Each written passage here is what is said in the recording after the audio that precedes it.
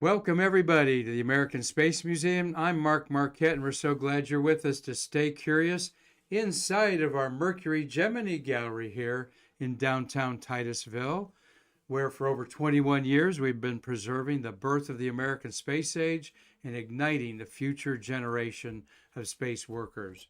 We're so glad you're watching us today on Facebook Live, YouTube, Twitch, and Spotify. And we've got a lot to show you here in our Mercury Gallery. And why are we in here today? Because Sunday is the 60th anniversary of John Glenn's historic 3 orbits of Earth in the Mercury Friendship 7 space capsule that is more cramped than me sitting here like this in our room here. So thank you, Marty Winkle, our cameraman, co-producer. We're approaching 500 episodes Marty and I have done together of Stay Curious, and that's only thanks to you out there wanting to hear space history, astronaut birthdays, and a little bit about what's happening in our museum from time to time. So Marty, thank you for all you do. We're still ironing out how to move all of our gear around the museum. And today we have our board of directors is meeting in our conference room where our studio is. So we're obliged to celebrate John Glenn, surrounded by some cool things that represent how in the 1960s we pioneered outer space one step at a time. And Marty, if you give me a little zooming around there a little bit here in our gallery. Oh, the lights in the way. Well, I was going to say, I wanted you to come down and look down here at the bottom here. I've got a woolen sack camera over here to my left, and here was a type of metering telemetry system on the bottom there. These things weigh, they're heavy, 30 or 40 pounds. And this was a camera that did 10,000 frames a second on 16 millimeter film. And this weighs about, seriously, almost 80 pounds, I would say. And the film in there, 10,000 frames in 1 second. And you people with your selfie instant shots think you can rip off some quick shots. Then when they showed it regularly at 28 frames a second, they could see all of the rocket ignition or other things they're looking for, particularly when there were explosions. They would get a hint of what happened within milliseconds of the event happening. So we love these things in our museum. They're one of a kind. I have over here beside me, way over here, I'll go get it for you, is the button that was pushed to launch John Glenn. I'll show you that up close in a second.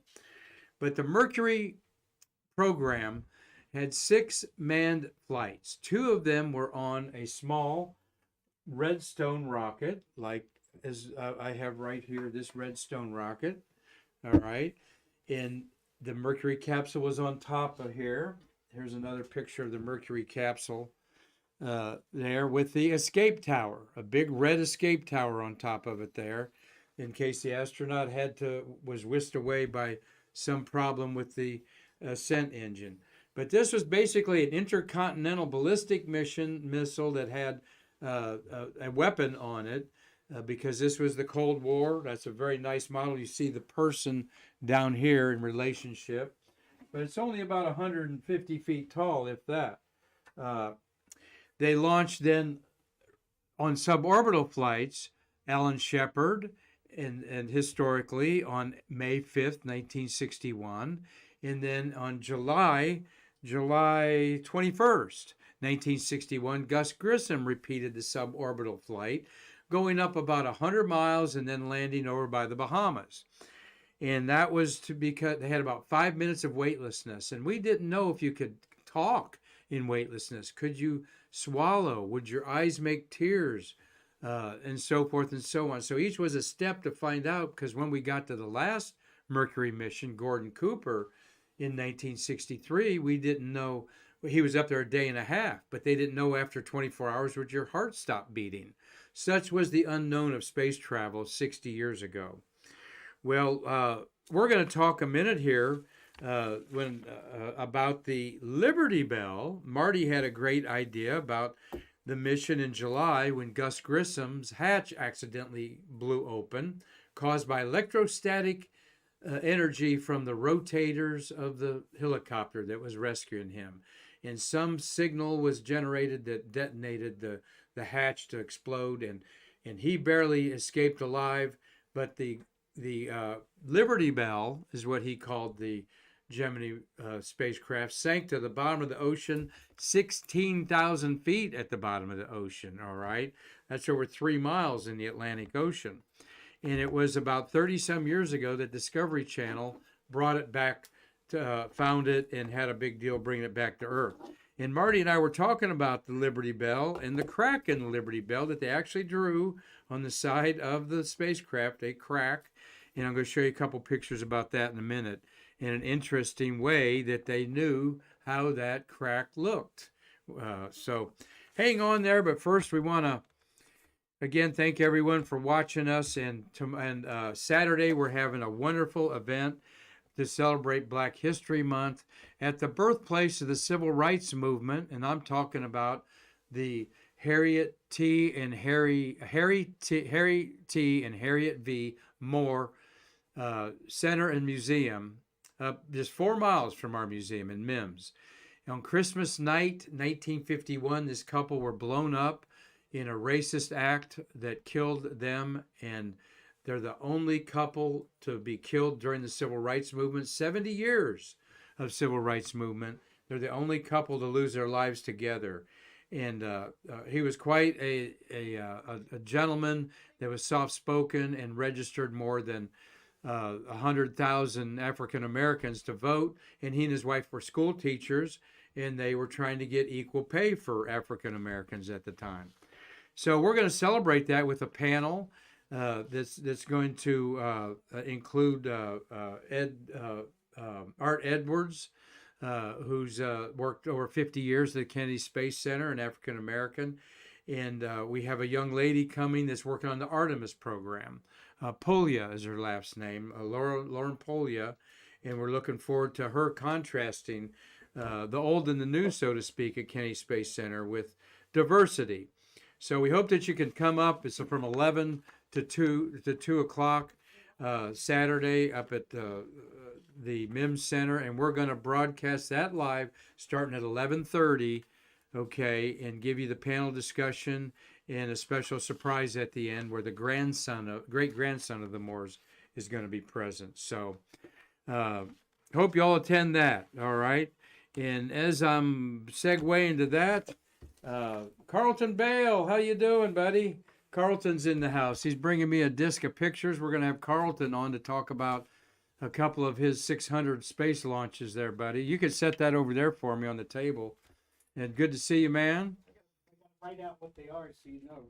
What do you know about the SLS being moved out? Yeah. Rolling out? Rolling out. Have you heard a rollout date yet? I've heard mid-March. Mid-March now. Okay, we were hoping it'd be.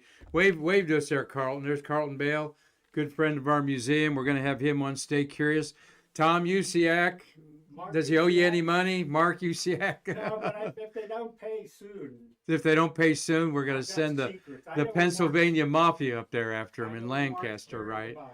By the way, behind Carlton there is our board that was at Ramon's, a celebrated restaurant that celebrated the launches in order of all of the astronauts, and that's the Mercury board up there. So good to see you, Carlton. We can't wait to have you stay curious with our friends up there. All right, well, look at the pictures and just I'm going to hang out here for a while. Okay, good. Just let me know when you want me back, and we'll look at some dates here when we're done with this show on Mercury and the Mercury program. Thank you. All right, I'm going to toast him with a little rocket fuel there. That tastes good. All right, well, let's look around our room here a little bit. Marty, our room is full of some real cool things. I'm going to show you some in a minute. But known cooler is behind me here is what is the remnants of the hatch of titanium that exploded on Mercury Atlas 1. MR3, Mercury Redstone 3, is Alan Shepard's flight, and MR4 is Gus Grissom's.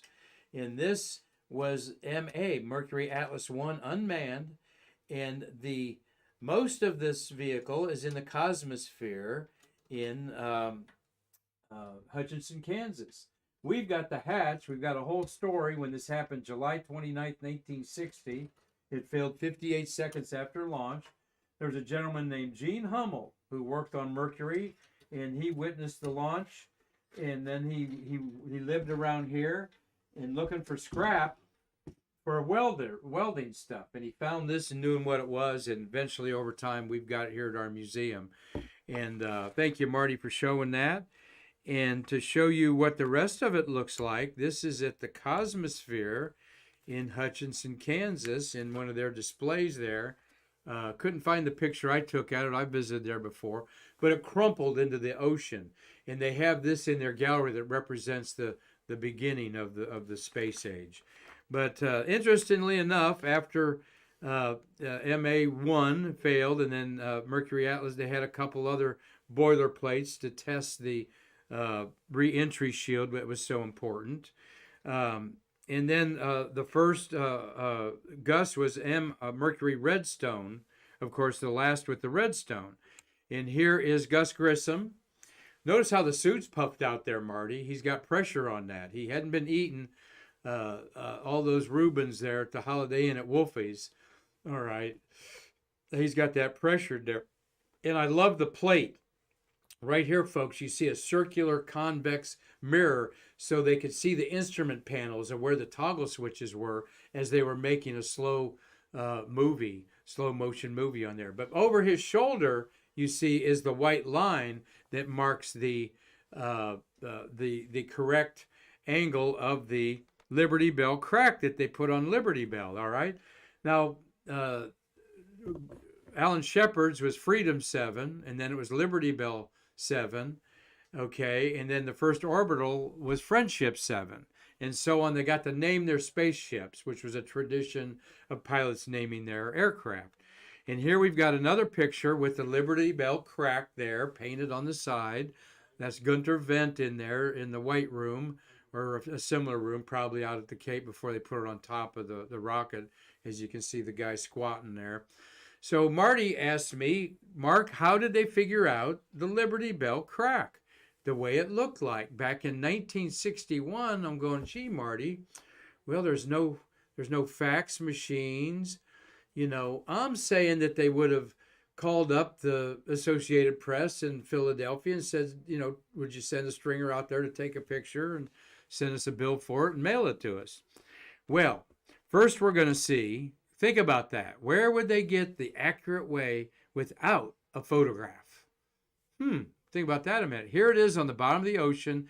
This is a big deal, the Cosmosphere, where this is at right now, of course, along with the MA1 remains of it. So that's why we merged this history together for you. But it's 30-some years on the bottom of the ocean floor, pretty much intact and over 16,000 feet. That's 3 miles deeper than the Titanic was. And Marty, I'll bet that was an interesting engineering that structurally it stayed together and wasn't crushed by the weight of the pressure underneath there. And there is the crack. They couldn't send people out. It was so deep. So they had a robot, and that's the claw up there that eventually brought it up. And you can Google on YouTube. By the way, I hope you're watching us on YouTube, Twitch, Facebook Live, or Spotify. But there is 30 years that paint still worked real good. So how would they have figured out the crack of the Liberty Bell, there it is in Philadelphia, without seeing a picture of it? Anybody figure it out, Marty? I guess not. Well, Marty said, duh, how about the 50-cent piece? The Ben Franklin 50-cent piece, there's one in 1965. There's the crack on the back of it, and that's what NASA used to figure out the profile of the crack on the Liberty Bell spacecraft there.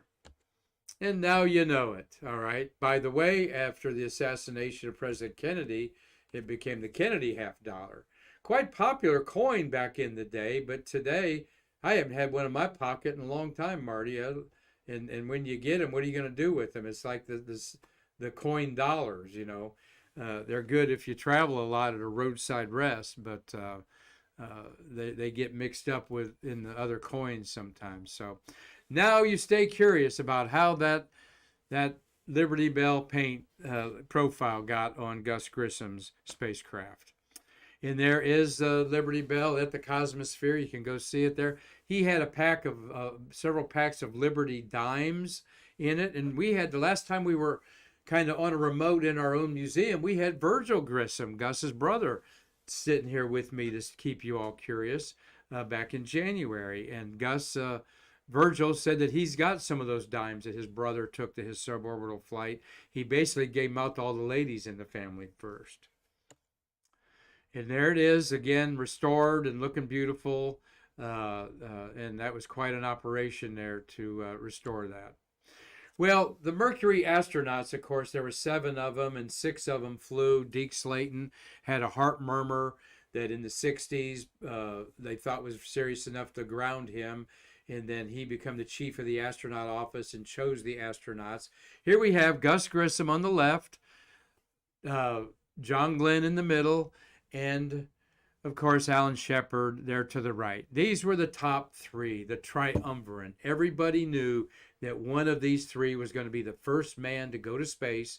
It ended up being Shepard, and he got eternal fame for that. And then he had an inner ear problem that grounded him. He had surgery for it, and then kept training as an astronaut and put himself as commander of Apollo 13. And realizing he didn't have enough training, he switched with Jim Lovell and became the commander. They switched 13 for 14. And the rest is history, hitting a golf ball on the moon. And that was 51 years ago. This February, we celebrated the landing of Alan Shepard on there. But he became famous in May 5th, 61. And then, so really they wanted to do an orbital flight right away, but NASA being a little prudent, plus the rocket performed with more boost than they expected to. So they wanted to do one more suborbital flight, or it could have been Gus maybe to do the first orbital flight. But they put up an ape, a monkey, a chimpanzee. They put up Ham the chimp before Shepard's suborbital flight, and he did suborbital. Then they put up Enos the chimp, all right, before John Glenn, a couple of months before his mission, I think in November or December of 1961. And then on February 20th, 1962, John Glenn was rocketed off the pad on an Atlas rocket, and the rest is history. And we have in our museum the button that pushed to launch him. All right, and there it is. There's his hard hat first. I want to show you his hard hat. Okay, there's the hard hat that we have in the case behind me here that I'm pointing to. All right, I don't think we can see that because of the wait, I got a phone call, Marty. Let's check out here in our gallery here. Ooh, of course I've got that under there. There's our phone, a rotary dial phone in here that is fun to show teenagers today. Have them call their mom with the extensions on there. They have no clue that this is a phone. All right, so we love that in here. We got John Glenn's hard hat. There it is at the top right there behind me.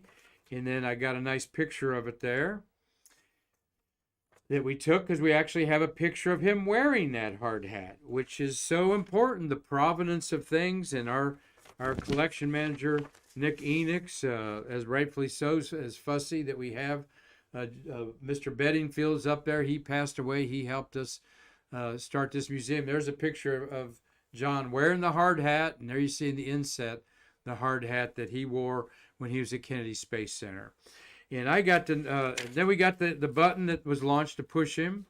It's on this nice fancy plaque here, okay.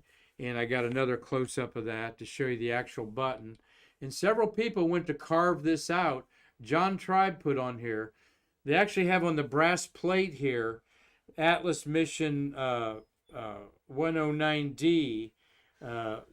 This button was pushed by T.J. O'Malley, the test conductor on Atlas, and Lieutenant Colonel John Glenn in the Mercury capsule. It says MA7, but it was MA6. That's a misprint. Off of Complex 14. All right. And I've got the plaque close up there too, I think. There's the hat, the button. Yeah, there's the plaque. Incorrectly says MA7. And John Tribe, who was there, he noted that on the back. At the time of the engraving, it was, of course, MA6. So a cool piece of space history that we have here to share. And I've got the next, and there is the great man, John Glenn, in 1961. And then in 1998, when he flew the shuttle at age 77. Now, I'm a little star-crossed with John Glenn because my parents, when I was 8 years old, moved to Winter Park for about a year. And long story short, I was going to school in second grade. One of my first memories, being crazy about astronauts, living down here. John Glenn's launch was delayed 2 or 3 times. When I was at school, they brought black and white photos on these little carts into the cafeteria for us to watch, and it got scrubbed. Well, on February 20th, 1961, I woke up in the morning to go to school, and I had the mumps. And so I got to stay home with my mom. We watched the launch with Walter Cronkite. Then I went out in my backyard in Winter Park and saw the only launch I saw until I moved. A press stringer, part-time photographer, covering Senator John Glenn. And Senator John Glenn was how I paid my bills a lot of time, going to press conferences. And here's a picture I took of John Glenn with, that's Howard Mensenbaum's behind him, and the other gentleman is Dole. Robert is Dole. Was he vice president? I'm trying to figure out who that is. But anyway, see the Secret Service behind him there. And then I was at many press conferences where he looked like this, and he was a very friendly guy. He sat down and ate lunch with us one time, and I got to, as of course I'm going to tell him about seeing his launch. And so when I talked to him at the, we broke away, and there's about 3 or 4 of us left. And I said, Senator Glenn, you know, I saw your launch. 1 million people have told you about it, but I'll bet nobody told you that they woke up and had the mumps and got to stay home and watch it. And he is such a congenial gentleman to everybody. He knows what a fabulous politician he was. And he was the Boy Scout of the Mercury 7 and got worldwide fame. There's what his autograph looks like. Forgot to alert you to that, Marty, but there's his book, his memoir book, and we'll be selling his, and that will be here live at the museum, and we'll also have it on, go to our website, and then you can follow it. We're not going to broadcast it live, though there's some thought that maybe we might show the beginning of it. But our next memorabilia auction that keeps our doors open here, you better believe it, is March 5th. Go to our website. You'll see auctions at the top. Click, and you can register. Start bidding now. Bid till it hurts. Bid Again Auctions, and Chuck Jeffrey is our auctioneer. And we have got some great stuff in there, including a jacket that Marty wore at about a half a dozen space shuttle launches in launch control. And we will feature that as we get closer to that date. But there's John Glenn's autograph. And oops, there's me wearing that hard hat. Okay, don't tell Nick Enix I did that, all right, on there.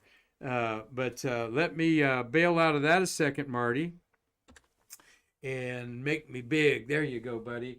We got so many cool things here. I can't show them to you all, but they're all really detailed out here, including the story of Are You a Turtle, a call sign, to secret call sign to aviation people. But I wanted to show you one of my favorite things in this museum, the whole museum, and that is this.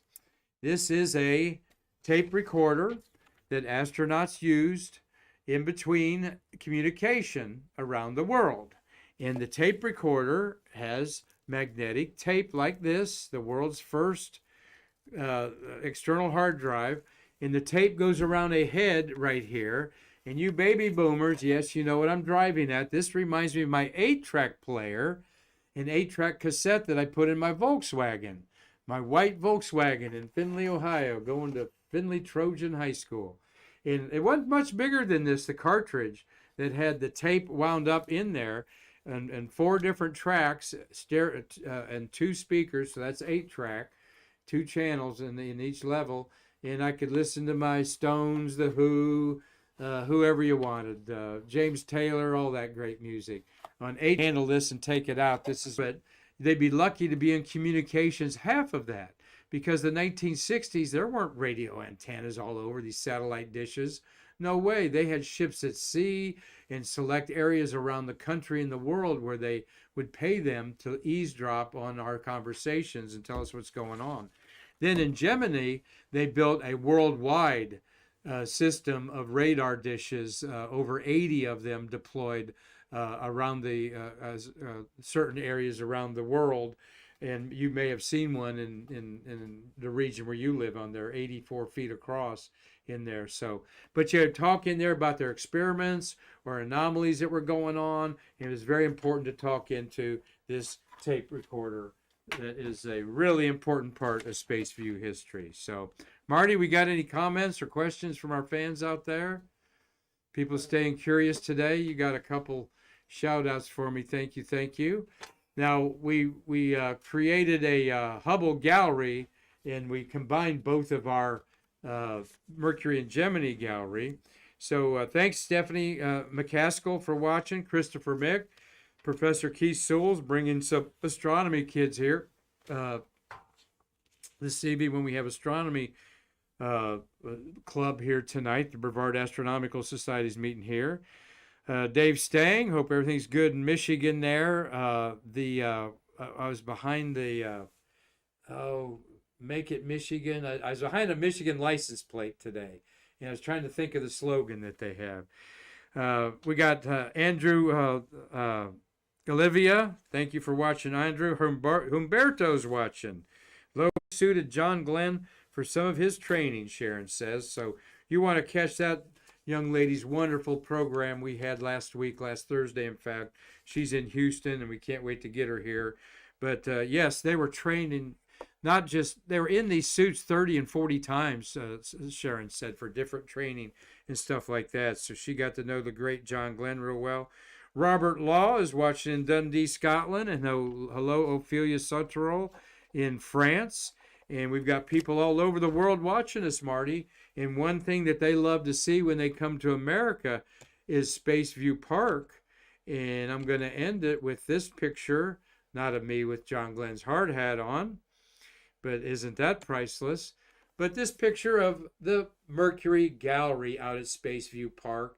And those are bronze handprints there on the top. And the bricks are workers' names that gave us $100 to immortalize them on the brick facade there in the front, and then even the gray tan area up to the 7 are workers' names on that. So all workers that were involved in the Mercury program. And to be honest with you, more than half those people have passed on, and it's their family's legacy that we kind of keep alive there of what their family members did in this important era of the Mercury program in the 1960s, when these brave men cracked the unknowns of the space frontier. So, well, we thank you all for watching us today. Tomorrow, we're going to have the former mayor of Titusville with us, Jim Tully.